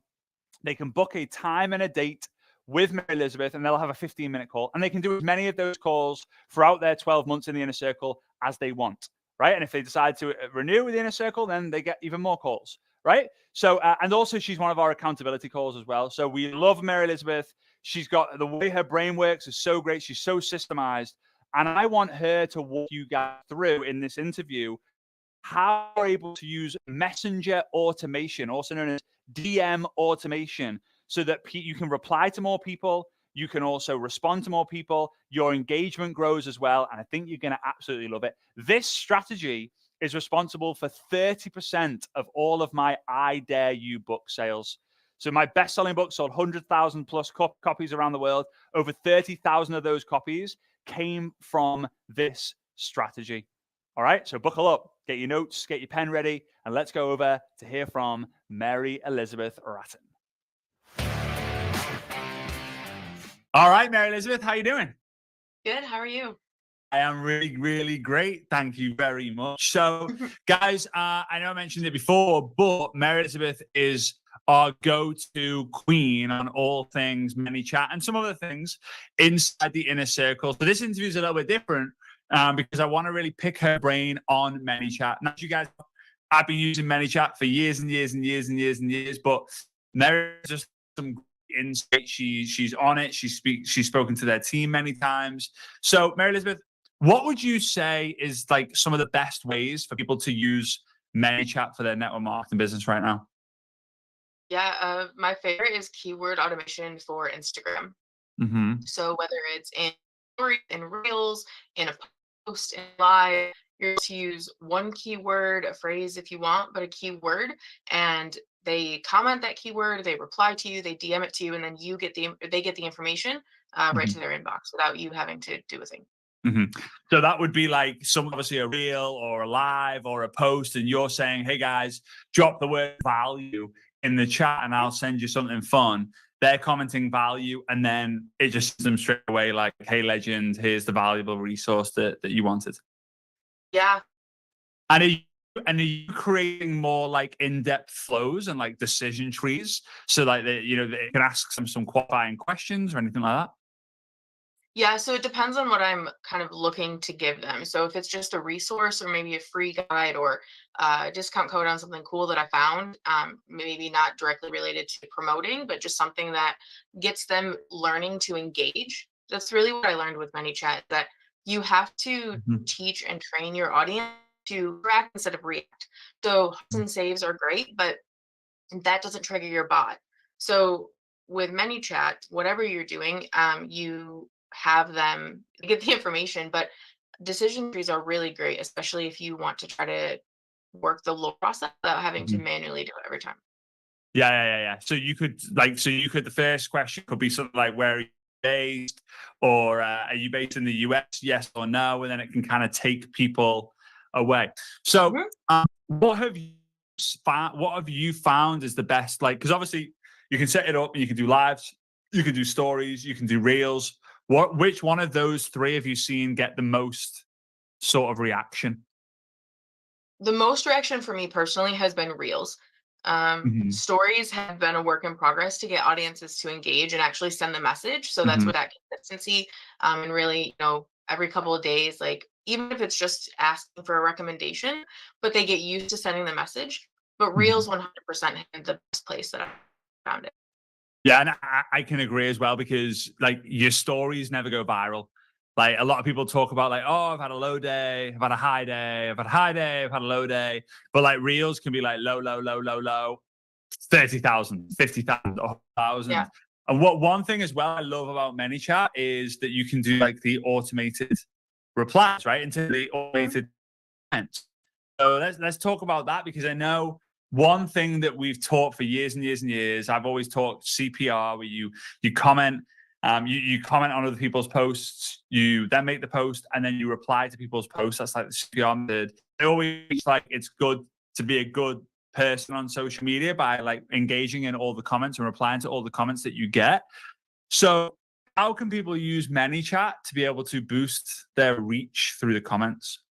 Yeah, so this is one of my favorite things. And I don't know if it's considered a hack, but I feel like it's a hack. So when you have someone respond and say they comment word value, for example, if they used your ManyChat bot to get here, then you can have that automated reply. And a lot of people will say, like, go check your DMs.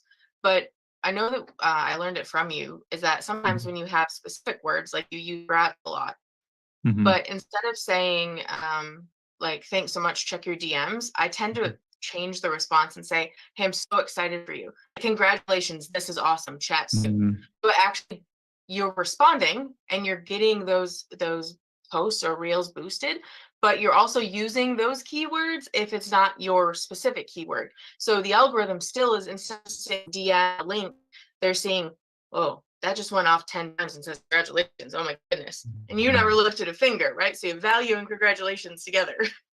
Yeah, that I love that. So for those of you who maybe missed that, because, and again, like if you're new to ManyChat and you don't use ManyChat, like go to manychat.com and sign up for a free account, right? Just go to manychat.com, sign up for a free account. Like, it's actually way easier than you think.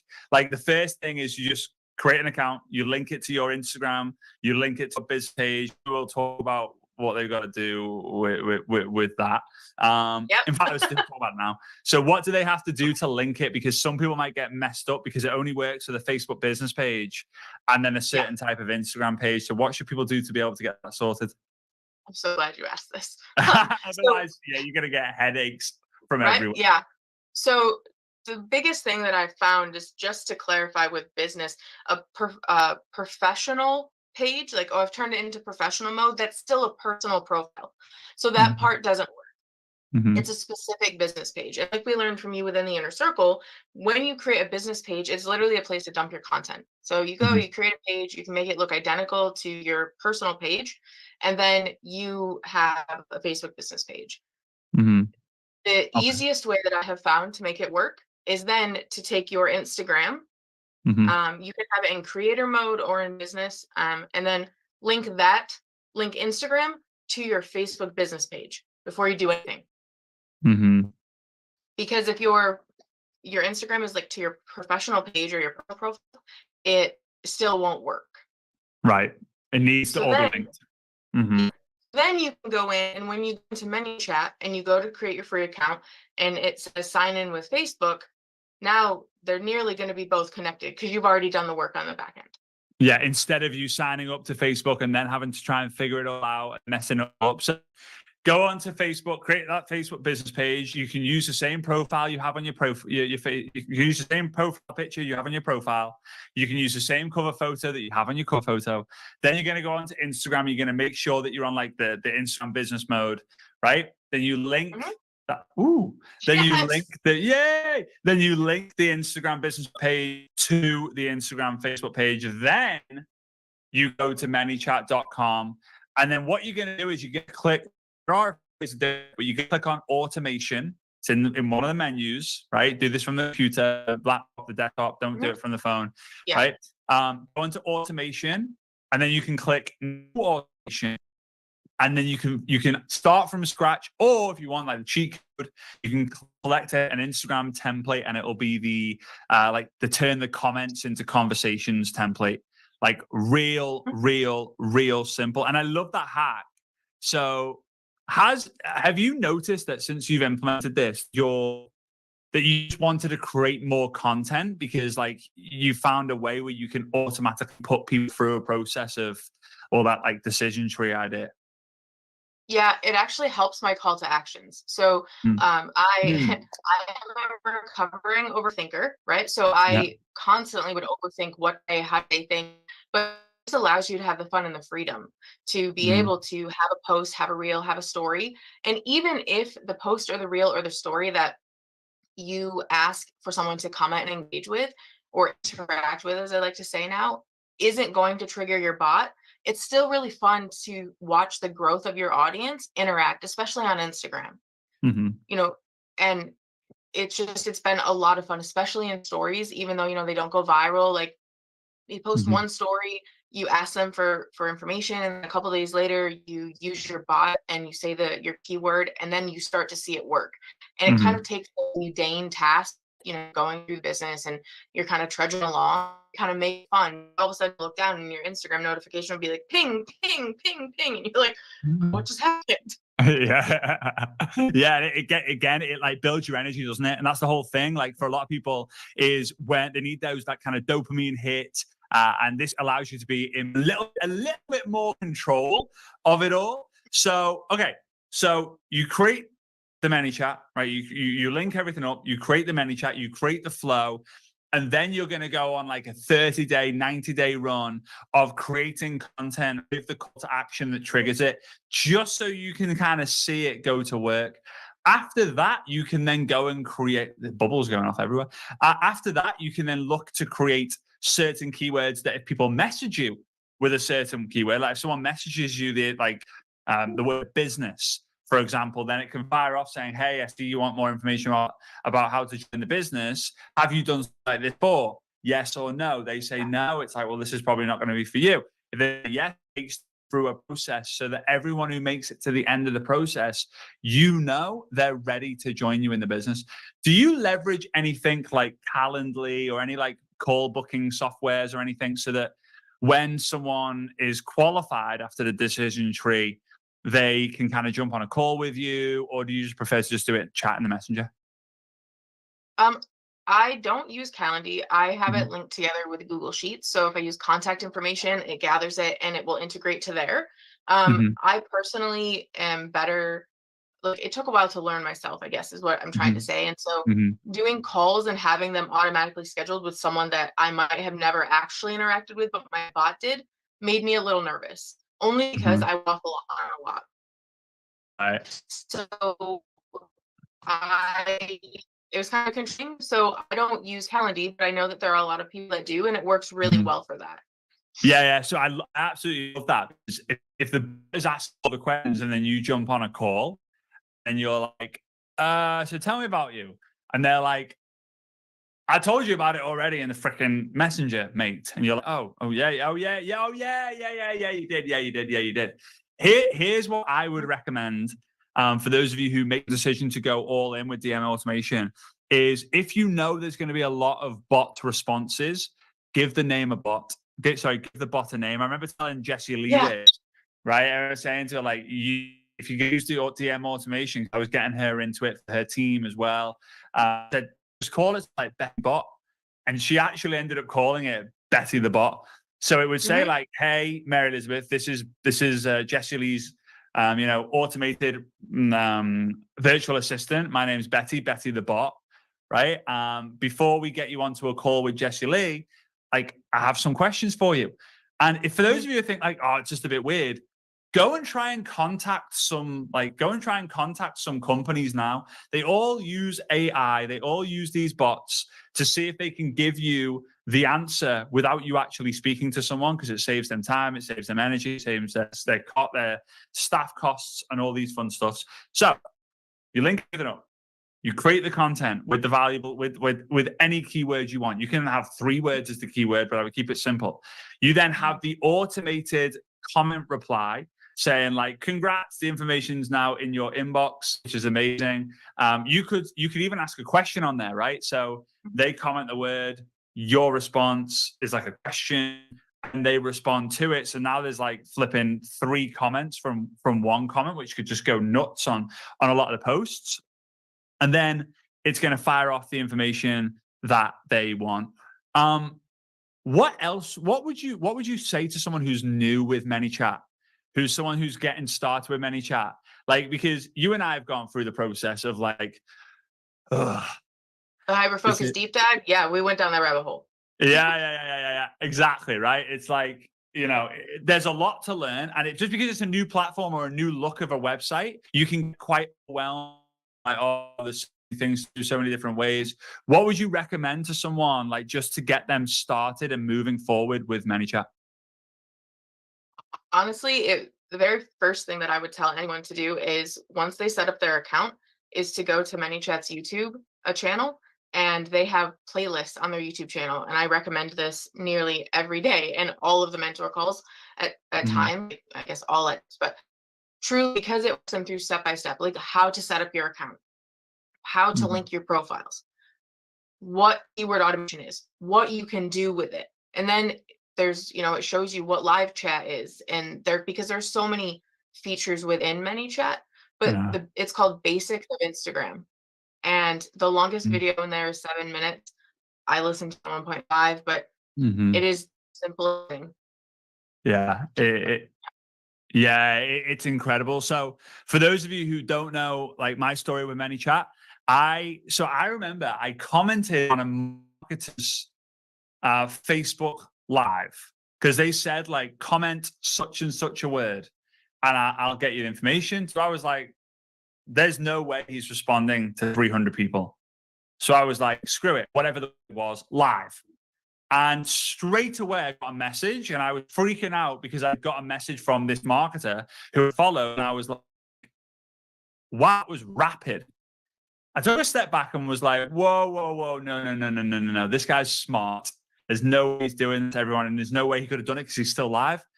It took me a month to figure out that he was using ManyChat, but ManyChat, no one was really using it back then. And so I got started with it.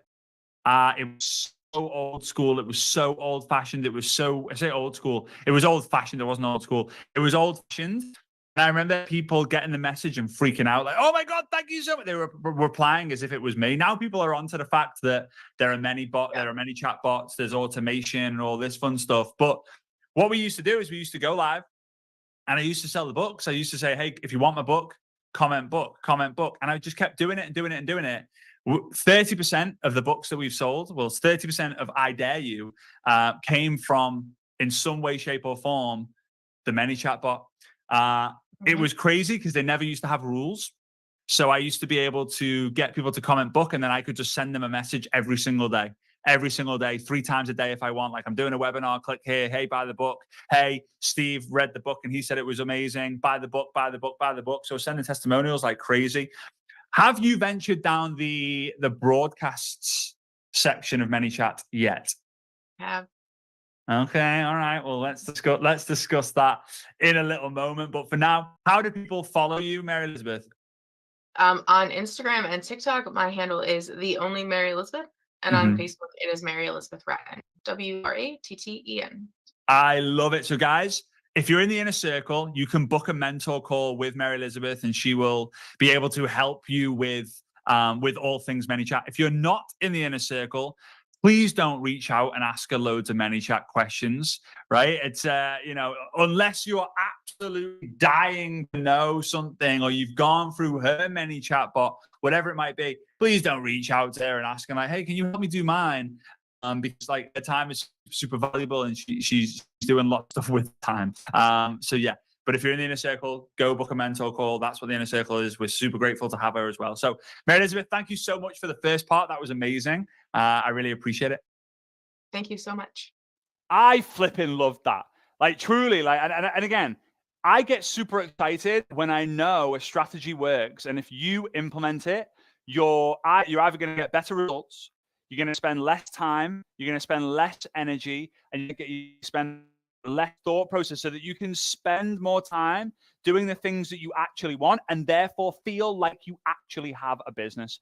Too many of you guys are watching these summits or you're building your business and then treat it like a job, but then rewards you like a job in terms of if you don't work, it doesn't pay you.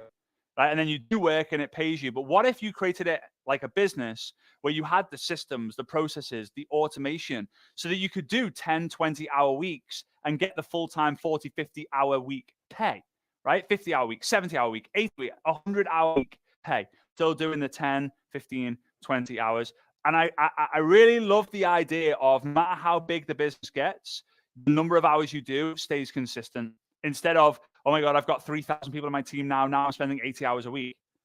When you set a system and you create leverage, then you have a business. Okay, so the all access pass, again, last time I mentioned it today, is, again, super affordable price, super low, and you're going to get the access to the full recordings for life of this summit. You get exclusive behind the scenes part 2 interviews with the 12 speakers, which are so valuable. And then you're going to get entry to the special event there, the bonus training on April the 3rd, and the recordings for the who can't make it or already passed, for example, for some of you guys watching at the later date. And in that, we're going to help you create an overall strategy. So we're going to take the strategies that we've learned and we're going to create like an overall strategy that implements a bunch of them so that you can do that, execute that, and duplicate it with your team into your daily method of operation. I'm so fired up about that. What I've got prepared for you, you are going to absolutely love. Now, go ahead and do that because as soon as the countdown timer hits 0, that's it, gone forever. And obviously, we move on to day 5. Okay? So here we go. What's coming up in our last and final day on all things content and creation is number 1. I'm going to show you amazing strategy that what you need to do to attend your next in-person event. Then we're going to talk about Reels, in particular Reels. Then we're going to talk about Instagram Stories, which was supposed to be today, but I played a last-minute audible, so it's going to be tomorrow.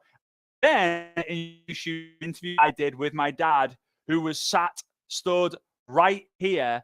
And to end off the summit, that's what we're going to talk about, all things automation, like an automated system for you to follow up like a maniac. You're not going to want to miss it. I'm super excited about it. And I'll see you tomorrow, day 5.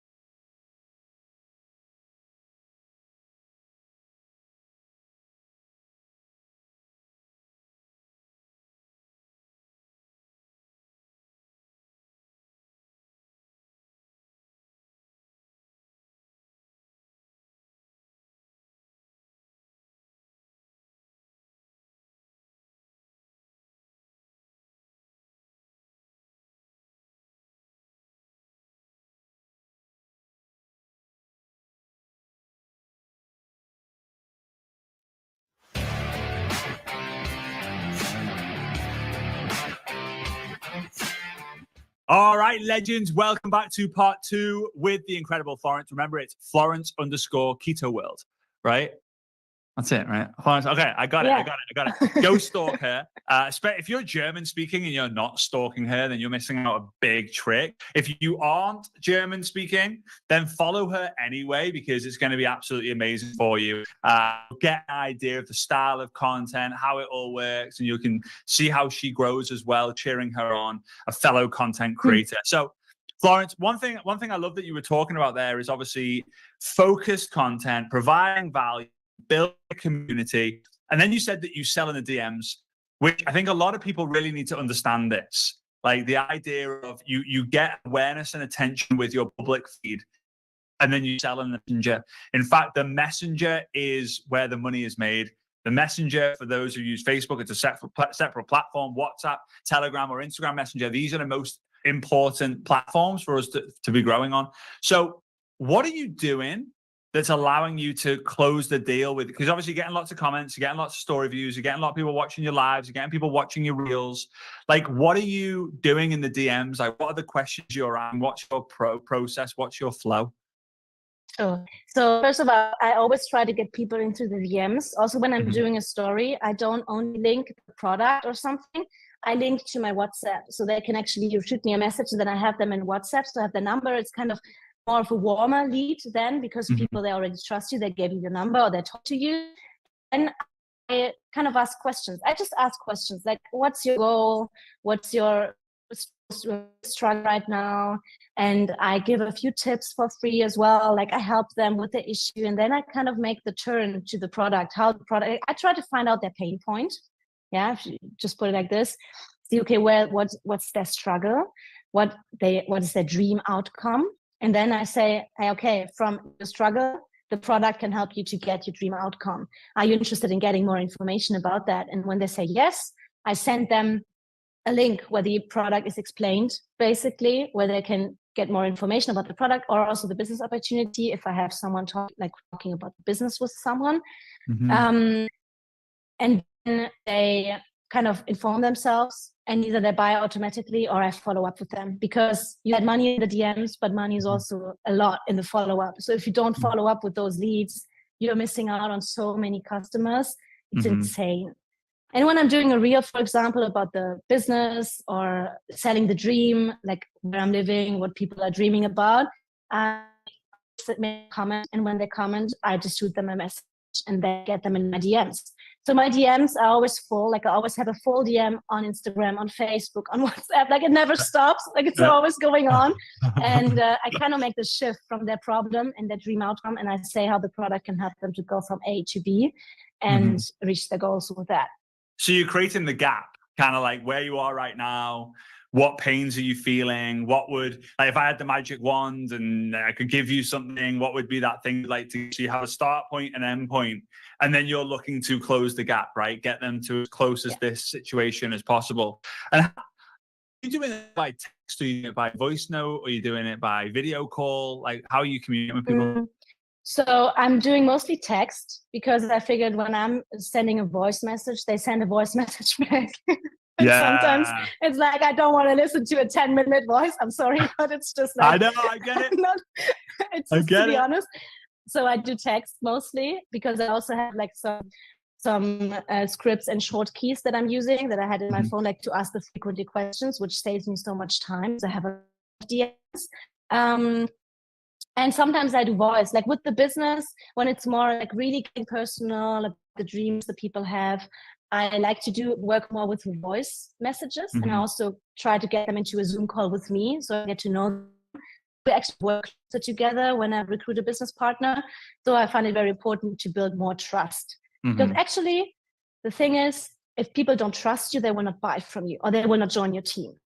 So you have to build trust first with your content, with the value you're providing, with the consistency, but on the DM, giving them some more tips, like helping them anyways, and then making the shift towards the product. If you have helped them before, and they can ask you all the time, and they can reach out to you, and you answer them, you're really there for them, they start to trust you, and that's how you make them buy from you or join your team, because they say, okay, yeah, I really want to work with that person. Yeah, great. then so that's like quite, for me, it's quite straightforward and simple what you're doing because you have that structure in place. It's like, right, what's your goal? What are your pain points? Where are you at right now? Here are some things that can maybe help you. And yeah, I love that you do that, by the way, because a lot of people are like, oh, I can help you. Like buy this and I'll help you. But you're like, maybe that you could maybe send them a reel, like that this reel might help you or this tip might help you, whatever. And then obviously you're looking to close that gap. Text only. Do you leverage like boards? Is that the app that you use to have like the preset? You leverage the boards app. So then how are you finding the best way to fill up your DMs? Is it you going live? Is it through your stories by getting people to reach out for your stories? Is it people commenting on your content and then you're reaching out to them? Like, how do you find that you're filling your inbox up the most? Because I think a lot of people who are watching this will be like, well, if I had 100 people in my DMs every single day on all the platforms, then I would get hundreds of people joining my business and buying my product every single week, every single month, every single year. But they don't. So how is it that you create that? Yeah, so that's a good point because actually lacking conversations, you should always have a full inbox, try to aim for that because the more conversations you have, I mean, even if you have 100 conversations, not 100 people will buy or join, you need more. It's a numbers game in the end, right? So obviously I mostly get them from the reels that I provide where people are commenting and then I reach out to them. But I also suggest people that are new and that don't have a follower boost or they don't have a viral reel, because obviously when you have a follower boost, 40,000 new people, you can send them all a message. Obviously your DMs are like exploding. Sometimes I even have to like scroll all the way down, but this is not going to happen to everyone. And it didn't happen to me as well since like a few months ago. So I always try to do call to actions in my reels to make people comment and then I reach out to them. What I also recommend people that don't have so many followers yet is to engage with others. So to really proactively go out and engage with the content of other people, comment there, because this will also help them to get new people on their account. And also to shoot a message to everybody who likes their piece of content, their reel or their post. Say, hey, thanks for your like. It really means a lot to me. What did you like most about the post? Or what are you interested in? So really to start conversations every day, and ideally to set yourself a minimum, a number of conversations you want to start every day in order to always keep your inbox full, you know? And then what about like when you go live or when you do your stories? Do many people reach out to you because of that? With the lives, some people comment, but not so much. With the stories, yes. When I put a link to my WhatsApp, people go there, or I make them react to my story. I always like to work with story surveys where I kind of put a story and then people click, you can then shoot them a message, which I also recommend to do because this is like an easy thing. Or you work with reactions. Hey, if you find this cool, react here, and then people react and then you can shoot them a message. So that's what I also do, using the story and to really contact people. And another thing, even to contact the people that have watched your story and thank them for that. Like, especially when you're starting new, this is something very powerful because you're like really grateful for them. And that will also make them stick to you and say, oh, cool, I can contribute a little bit, or I'm part of the growth or whatever. You know what? I really love that you're doing this because I think a lot of people would just create the content and wait for their inbox to fill up. I've created the content, everyone's commenting, but why is my inbox dead? Why is it like tumbleweed is flowing through it and there's just like, it's empty? Is it working? Blowing in some of their own, hoping that that's going to fix their Instagram. But you are actually very proactive, right? So you're messaging the people who are commenting, you're reaching out to other people's, or you get people who haven't got the comments to obviously leverage other people's content first. You're using story surveys, the reactions and keywords and so on and so forth in stories to make it easy for people to have a conversation with you. When it comes to your content, what do you get the most of? And it's hard, so it doesn't have to be an exact answer.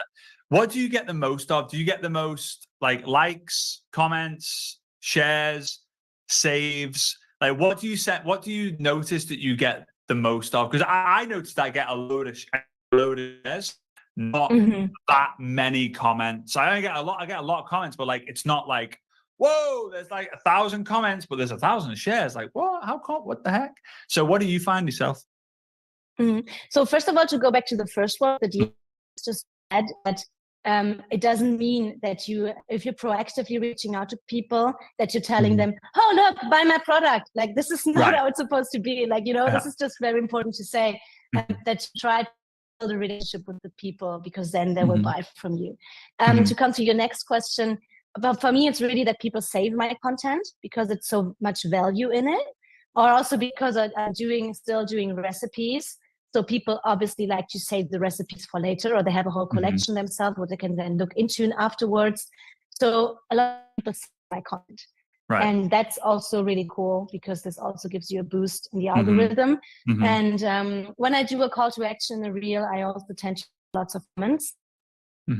So those would be the two that I would say. Obviously depends on the content piece. Right. Some are getting more of this, some are more of this. But yeah, a lot of people actually save the content that I'm doing. So yeah, and for me, when I give like high value focus towards like network marketers, I get a bunch of comments, not a load of shares, but loads of saves. But then if I do like a meme that's relevant, they get loads and loads of shares and loads of saves. Gets a bunch of comments as well. The shares that it seems to get shared so much. I think because people go, ha ha ha ha ha, I need to tell my upline or share this to my downline share, right? Or it's like, oh, that's a good tip. I'll save that for later. So what's like a call to action look like? What sort of call to actions are you using? Obviously they're in German, but like what call are you just like, hey, comment more below and I'll send you information? Or like, are you more strategic with your call to action? So I actually am, because I select the call to action according to the story that the message that I'm going to send people about that. So a call to action could be follow for more, or follow for sugar-free recipes, for example, which is why I got so many followers as well, because I use this call to action. I try and only use one call to action, like not to do many things, because it confuses people. They don't know what to do then. So just stick to one. And obviously, they're just like, okay, I will do nothing. So for example, let me give you an example. So I'm doing a reel about like what causes belly fat. Yeah, let's say.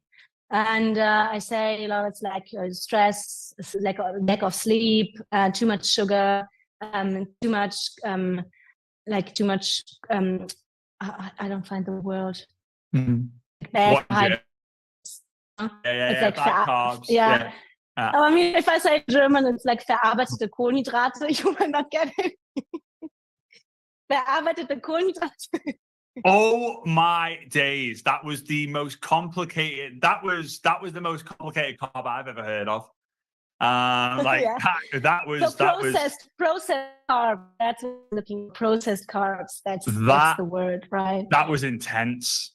Even more complicated. Yeah, there are more complicated words in German. I will not start talking about that. I still don't understand Hauptbahnhof. I know what it is, but like Köln Hauptbahnhof, it just baffled me. Train station. Köln Hauptbahnhof train station. So coming back to the reel, right? So I do like this reel, what causes belly fat and why it's a problem. And then I make them say in the end, if you want to know how to get rid of your belly fat, comment fat or belly or whatever, like one word. And then they comment it, and then I send them a message and I give them some tips. Like I say, hey, I've seen you've commented belly under my reel. How long are you struggling with belly fat? So I try to ask them questions as well to kind of build a relationship again. And then I can give you a few tips beforehand to how to get rid of it. So give them 2 or 3 tips. And the last tip that I'm giving, actually my product that I'm working with can help people to reduce belly fat. So I kind of implement the product already in one of the 3 or 4 solutions that I'm providing. And then I finish the sentence with, have you heard of this before? And then I have them directly with the product, and I keep going from that. So that's how actually I generate lots of sales. And I see people in the team the same for adaptation. It's kind of a process that keeps going down because everybody can do it like this. Right. Because you just, again, it all comes back to the beginning part where you were talking about, you have a niche, you know the problems of the niche, you're creating value around those problems. And then obviously if it's belly fat, you talk about belly fat, and then your call to action's not comment yes if you want more information. It's not, which is basic level. It's not comment yes if you struggle with the same. It's like, again, comment belly if you want additional help. You know, if you like content, comment and you sell content. Like, it's going above and beyond what everyone else is doing, but also to make it super easy for you to reach out to someone and them not go, why is she messaging me? Instead of, oh yes, she messaged me. Now I'm gonna get help. This is amazing. They gave me permission to do it, basically, when they comment. So I mean, I'm Right. not doing anything wrong. I'm not spamming them or something, because they want to have information, so they're getting it from me. Yeah. I love that. And by the way, that's something that I think everyone should understand, is you deserve the right to talk about your product once you've given value. Like, when you give value, you always deserve the opportunity to speak to someone about buying something from you. If you're not in that situation and you still don't believe it to be true, it's because you're not giving value to the right people. You don't believe in the value that you're giving, and you're making it up, for example. So, like, it's super important. So the last thing I want to ask then is, obviously you're crushing it, right? 50 plus customers with the product that you're selling is incredible, especially that you've only been involved in the industry for just over 3 years. I think you said just over 3 years. Yeah. Amazing. There's a lot of people on here who haven't got a customer and they've involved for 3 years. And if that is you guys, that story is changing from today. The team, are they looking at you and going, oh, but it's all right for Florence, she's crushing it, like, she's got blonde hair, she travels the world, she's like this keto queen, like that, she speaks 18 languages? Are they doing that? Like, are they doing and thinking that and not doing it, or are they getting inspired, and are they starting to do the same as what you're doing? They're getting inspired by it, and the good thing is that as we have the system that we share with everybody, so everybody's using it. And everybody's like, I help people to find their niche and then to start creating content in their niche. And it should not be keto or anything. It can be anything that they're interested about, which is very important. Like, find something that they are passionate about. And then they just kind of, it's like the blueprint that we've created, with the real strategy, with how to post, the consistency, how to provide value, how to create a community. And they're just fitting it in with their own content. And actually, I have people in my team that have grown before me on social media. Like, they have gone crazy, like 80,000 followers in like a year, which is insane, with this strategy that we've been providing. People that had 100 customers a month in my team, and I never had 100 customers before. It is always like kind of the same, but like, people outperforming me in my team because of the value and assist that we're providing, blueprint they're getting, and then they just do it for themselves. And I mean, that's the best thing that can happen to you if you team perform.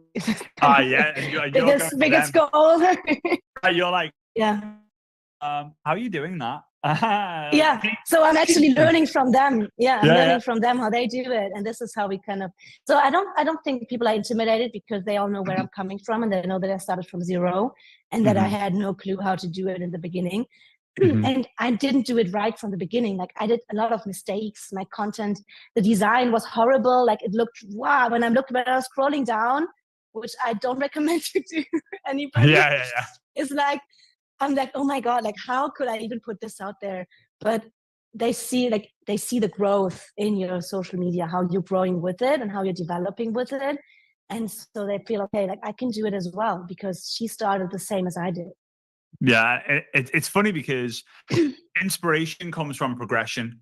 So where a lot of people don't get started because they want it to be perfect, they want it to be amazing, they want it to be incredible, and most people don't understand that the biggest power is in the beginning posts. Like, if you, as you mentioned, if you scroll down to the bottom and you don't cringe, right? If you don't go like, who is that? That's not me. What? Then you haven't grown, because you're still that person. But when you look back and you're like, oh my God, why did you tell me to cut my hair? It looked ridiculous then. Why didn't you you look into your partner and you're like, why didn't you tell me to stop wearing that t-shirt? That looked so stupid. Why didn't you tell me about the background I had? That was all. Like, at the time, it was absolutely fine. It was normal. And now you progress. So I love that you're inspiring your team through progression. I love that people are having more success than you in their way. Do you do it like masterminds with the team, like online, where you kind of get together as a group and you're like, okay, this is what I'm doing, this is what I'm doing, so you learn together? Yeah, obviously. We have once a week, we have a team call with the whole team, with everybody, and everybody knows what's good for them. Like, this is a value that we have, that everybody, when they find out something, even like someone that is the leader, someone tries something out and it's working, they share it with everybody, and then everybody can use it. So we kind of share the strategies like once a week, and then I do a lot of one-on-one with my team as well, in case they need like individual help, especially new people that are really insecure. I kind of help them in the first few steps to make them grow on social media as well, and to get customers right away, to get the first wins. But yeah, we also have like once a week a team call where everybody shares work, which is very valuable because you get high level training there as well. So my last question, and this has been amazing, right? Outside obviously telling people to go and follow you, Florence_Keto World. Make sure you guys go do that and get some tips and tricks and see what's working and model it your own version for your company. Always give credit if you're training this stuff to you. Don't just expect that it's yours. Make sure you pass it on. Make sure I heard this from Florence the first time. It was amazing. So my last question really is, if you didn't find your niche and you were just posting away photos of being in Mexico, and then a photo about what you had for your dinner, and then a photo, with some tips about life, and a photo about the book that you're reading or the podcast you're listening to, do you think you could still get the 50 plus customers a month? Or do you feel it would be very, very difficult for you to do that? I think it would be very difficult. Right. Because it's about the trust thing. People buy from people they like and they trust. And if you're not, if you don't stand for something, which is very important, and ideally your niche could be described in maximum 3 words, because then people cannot really hold on to something, and they need to hold on to someone and to something in order to really trust you, and then they will buy from you, and then they will also recommend you. I mean, you said you get lots of shares. I get lots of recommendations, like people that recommend me to their colleagues, to their grandma, to their mother. Hey, look, check her out. I really get lots of recommendation about that, because I stand for one thing, and I have not changed that since I started. So people really know what they're getting with me. They're getting really much value every day in that topic. And obviously I post other things as well. I mean, I post about Mexico. I post like a picture of the beach and personal stuff, But 85% is about my niche. And this is where people are following me, where they find value, also how they trust me. So I think this is like one of the most super important things. And stay there and not switch it all the time. Like, people change it every 4-6 weeks. It's not working. Like, yeah, of course it's not working. You have to keep doing it for a while. And you know what? It always comes back to be known for something. Otherwise, you'll be known for nothing. Like, if you try to be known for everything, no one will know you for anything. It's so important. So massive congrats on the success so far. Again, half of your career, you've been crushing it from a personal customer perspective. It's just amazing, and I love the frameworks you shared, the processes you shared, the simplicity as well of what you shared. Because when it's simple, you can unify, and when you can unify, you can accelerate. And again, I just want to say a massive thank you. So thanks so much for that. That was amazing. Thank you. And guys, make sure you go follow Florence. Thanks, Florence. Thanks. Thank you.